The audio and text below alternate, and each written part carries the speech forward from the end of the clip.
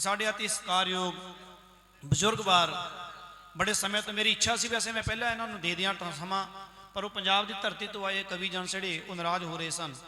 बीबी इंद्रजीत कौर जी आप जी नूं मैं बेनती करा मैं थोड़े जे समय के हुण अपनी कवितावां दा रुख थोड़ा छोटा करके संगत के रूबरू करन समा भी हो चुकिया है। बीबी इंद्रजीत कौर जी आप जी दे रूबरू ने बोले सो निहाल। जुगो जुग अटल धन धन श्री गुरु ग्रंथ साहब जी की पवित्र निगी गोद विच सुभाएमान सरबत साध संगत जी फतेह सांझी करो। वाहिगुरू जी का खालसा वाहिगुरू जी की फतेह। मैं बंदी बोलांगी सिमत चढ़ांगी अपने जुग हर साल की तरह इस साल भी साहिब बाबा अजीत सिंह का जन्म गुरुद्वारा प्रबंधक कमेटी सिख नौजवान जत्था ते पटियाले की संगतां ने महान कीर्तन द्वारा बड़े उत्साह ते श्रद्धा नाल मनाना किया। मैं अज के कवि दरबार विच साहिब बाबा अजीत सिंह के जन्म के समय पौंटा साहब के दृश्य कविता विच दर्शान का यत्न किया है। आस है नई कविता की लाइना वाल ध्यान दोगे। पौंटा साहब बिच ही पौंटा साहब बिच ही अजीत दा जन्म होया। मुठा विच जिता लेके जम्मिया अजीत सिंह। मुठा विच जिता लेके जम्मिया अजीत सिंह। इसे लई बाणी चो अजीत नाम रखे असी। जित्तिया नंगेया कदे जंगा चो अजीत सिंह। जित्तिया नंगेया कदे जंगा चो अजीत सिंह। पहले जेठी लाल नू निहाल ने निहाल कीते। पूजन दे योग कलगी वाले दी प्रीत सिंह। पूजन दे योग कलगी वाले देव प्रीत सिंह। जम्मिया जीतना जिता दा जन्म होया। गज गज चढ़ गईया गुजरी नु लालिया। गज गज चढ़ गईया गुजरी नु लालिया। जम्मिया जीतना जिता दा जन्म होया। जमुना दे पानिया ने ताला उत्ते नाच कीते। सत सत वाल खा बजाइया पानी तालियां। सत सत वाल खा बजाइया पानी तालियां। एहो जमुना जो असी प्रतख रूपी देख रहे हैं, जिसनों मेरे कलगीधर पातशाह ने इत्थों शांत होकर चलन का हुक्म किया सी। ते उन्हां दे हुक्म की बद्धी जमुना का पानी भावे किन्ना भी चढ़िया होवे पिछों शोर होएगा अगों शोर होएगा, पर इस स्थान तो बिल्कुल शांत होकर लंघती जा रही है। पर इतिहास इस गल का भी गवाह है कि जो उसने बाबा अजीत सिंह के जन्म की खबर लगी तो वह भी अपनी खुशी से काबू नहीं पा सकी। तो हुलारे मार के अपनी की। जमुना दे पानिया ने ताला उत्ते नाच कीते। सत सत बल खा बजाइया पानी तालियां। सत सत बल खा बजाइया पानी तालियां। पौंटा साहब बिच ही अजीत दा जन्म होया। मुठा विच जिता लेके जम्मिया अजीत सिंह। जम्मिया अजीत सिंह। जम्मिया अजीत सिंह। सत श्री अकाल। ये सन बीबी इंद्रजीत कौर जी, बहुत बहुत धन्यवाद इन्हां दा। ते हुण साडे कोल सत्कारयोग सरदार जगतार सिंह जी निमाणा बुजुर्गवार कवि ने अपनी कवितावां भी कंठ पढ़ते हैं ते आप संगत दे रूबरू हो रहे हैं। आप कृपा करके उन्होंने कवितावां सरवण करो जी। वाहिगुरू जी का खालसा वाहिगुरू जी की फतेह। परम सत्कारयोग साध संगत जी वाहिगुरू जी का खालसा वाहिगुरू जी की फतेह। ਇਹੋ ਜਿਹੀਆਂ ਕਿਧਰੇ ਨਾ ਦਿਖਦੀਆਂ ਰੌਣਕਾਂ ਜਿਹੋ ਜਿਹਾ ਤੁਸੀਂ ਵੇਖ ਰਹੇ ਹੋ। ਇਹੋ ਜਿਹੀਆਂ ਕਿਧਰੇ ਨਾ ਦਿਖਦੀਆਂ ਰੌਣਕਾਂ ਤੇ ਇਹੋ ਜਿਹਾ ਸਜਿਆ ਦਿਖਦਾ ਜਹਾਨ ਨਾ।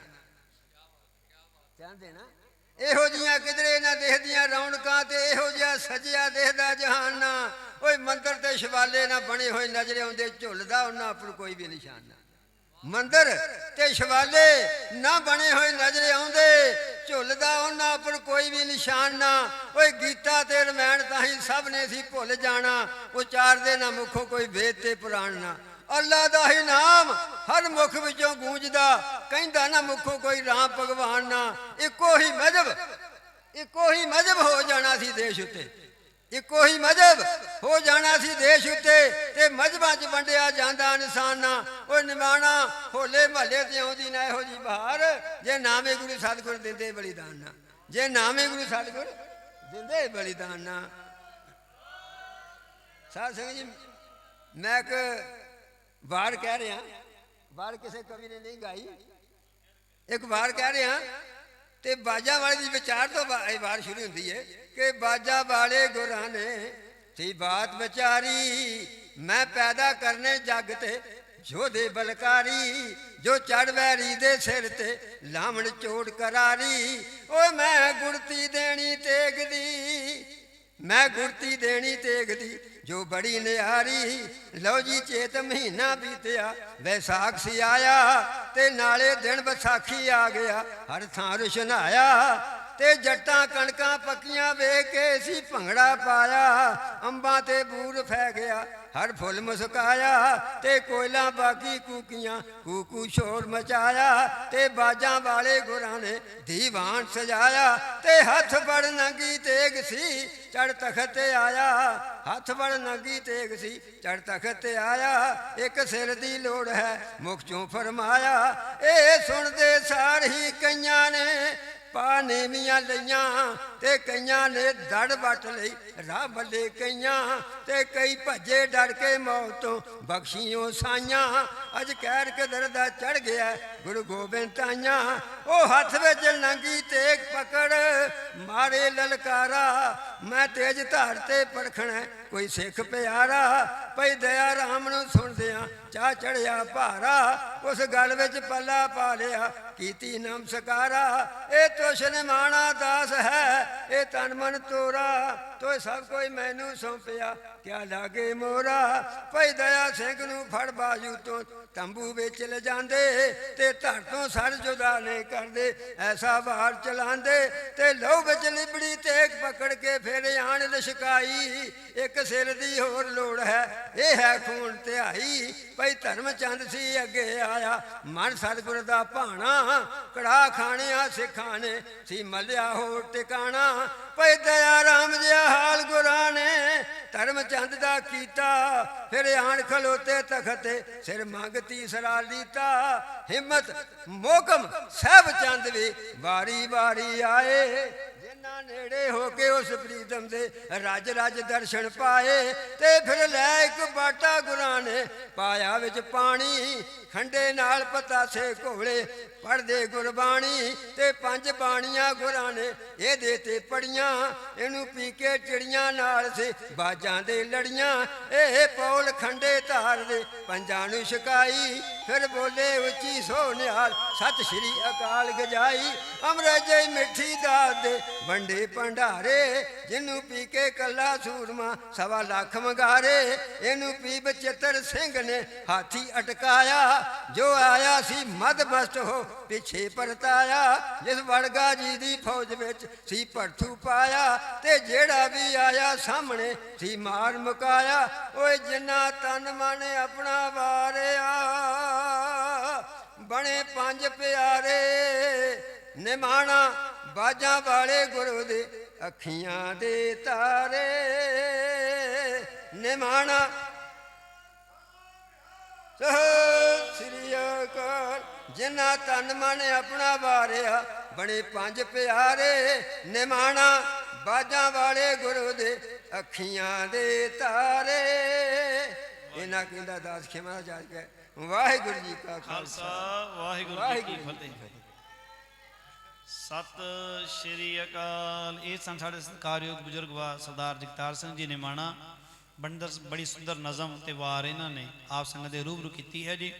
ਬੀਬੀ ਰਜਨੀ ਕੌਰ ਜੀ ਆਪਣੀ ਕਵਿਤਾ ਲੈ ਕਰਕੇ ਹਾਜ਼ਰ ਹੋਏ ਨੇ, ਉਹ ਆਪ ਜੀ ਨੂੰ ਆਪਣੀ ਕਵਿਤਾ ਦੇ ਦੁਆਰਾ ਨਿਹਾਲ ਕਰਨਗੇ। ਵਾਹਿਗੁਰੂ ਜੀ ਕਾ ਖਾਲਸਾ ਵਾਹਿਗੁਰੂ ਜੀ ਕੀ ਫਤਿਹ। ਫਤਿਹ ਸਾਂਝੀ ਕਰੋ ਜੀ। ਵਾਹਿਗੁਰੂ ਜੀ ਕਾ ਖਾਲਸਾ, ਵਾਹਿਗੁਰੂ ਜੀ ਕੀ ਫਤਿਹ। ਚੰਨ ਲਾਈਨਾ। ਲੋਕਾਂ ਦੀਆਂ ਹੋਲੀਆਂ ਤੇ ਖਾਲਸੇ ਦਾ ਹੋਲਾ, ਲੋਕਾਂ ਦੀਆਂ ਹੋਲੀਆਂ ਤੇ ਖਾਲਸੇ ਦਾ ਹੋਲਾ, ਲੋਕਾਂ ਦੀਆਂ ਬੋਲੀਆਂ ਤੇ ਖਾਲਸੇ ਦਾ ਬੋਲਾ, ਮੇਰਾ ਕਲਗੀਆਂ ਵਾਲਾ ਖੇਲਦਾ ਆਨੰਦਪੁਰ ਵਿੱਚ ਹੋਲਾ। ਮਾਂ ਗੁਜਰੀ ਦੇ ਚਰਨ ਜਾਈਏ ਤੇ ਤੋਂ ਬਲਿਹਾਰ ਜੀ, ਤੇਰੇ ਚਰਨਾਂ ਵਿੱਚ ਹੋਵੇ ਵੰਦਨਾ ਲਖਵਾਰ ਜੀ। ਪਿਤਾ ਹੋਵੇ ਤੇਗ ਬਹਾਦਰ ਵਰਗਾ, ਮਾਤਾ ਗੁਜਰੀ ਵਰਗੀ ਮਾਂ ਹੋਵੇ, ਕਿਲਾ ਹੋਵੇ ਆਨੰਦਪੁਰ ਸਾਹਿਬ ਦਾ, ਜਨਮ ਪਟਨੇ ਵਰਗੀ ਥਾਂ ਹੋਵੇ। ਕਵਿਤਾ। ਦਸਮ ਪਾਤਸ਼ਾਹ ਜੀ ਦੀ ਹਸਤ ਲਿਖਲ ਮੂਲ ਮੰਤਰ ਜਦ ਮੈਂ ਆਪਣੀ ਦੀਵਾਰ ਤੇ ਸਜਾਈ, ਦੀਵਾਰ ਨੇ ਆਪਣੇ ਮਨ ਦੀਆਂ ਗੱਲਾਂ ਕੁਝ ਇਸ ਪ੍ਰਕਾਰ ਕੀਤੀਆਂ, ਸੁਣਿਓ। ਉਸ ਪੀਰ ਪੈਗੰਬਰ ਦੀ ਹਸਤ ਲਿਖਤ, ਉਸ ਪੀਰ ਪੈਗੰਬਰ ਦੀ ਹਸਤ ਲਿਖਤ ਜਦ ਮੇਰੇ ਸੀਨੇ ਦਾ ਹਿੱਸਾ ਹੋ ਗਈ, ਪੱਥਰ ਜਹੀ ਔਕਾਤ ਮੇਰੀ ਪਲ ਵਿੱਚ ਸੋਨਾ ਹੋ ਗਈ। ਜੋ ਕੁਝ ਵੀ ਮੇਰਾ ਹੈ ਉਹ ਤੇਰੀ ਰਹਿਮਤ ਹੈ, ਜੋ ਕੁਝ ਵੀ ਮੇਰਾ ਹੈ ਉਹ ਸਭ ਤੇਰੀ ਰਹਿਮਤ ਹੈ, ਤੇਰੀ ਰਜ਼ਾ ਵਿੱਚ ਜੀਣਾ ਮਰਨਾ ਸਭ ਕੁਝ ਸਹਿਮਤ ਹੈ। ਤੂੰ ਹੀ ਦਾਤਾਰ, ਤੂੰ ਹੀ ਦਾਤਾਰ ਬਖਸ਼ੇ ਲੱਖਾਂ ਦਾਤਾ, ਮੇਰੀ ਇਹ ਤਸਵੀਰ ਨਜ਼ਰਾਨਾ ਹੋ ਗਈ, ਉਸ ਪੀਰ ਪੈਗੰਬਰ ਦੀ ਹਸਤ ਲਿਖਤ ਜਦ ਮੇਰੇ ਸੀਨੇ ਦਾ ਹਿੱਸਾ ਹੋ ਗਈ।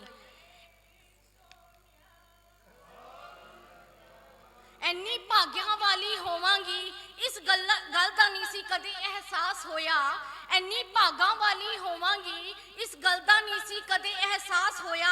ਐਵੇਂ ਚੱਟਾਨ ਵਾਂਗ ਖਲੋਵਾਂਗੀ ਮੈਨੂੰ ਖੁਦ ਤੇ ਸੀ ਬੜਾ ਨਾਜ਼ ਹੋਇਆ।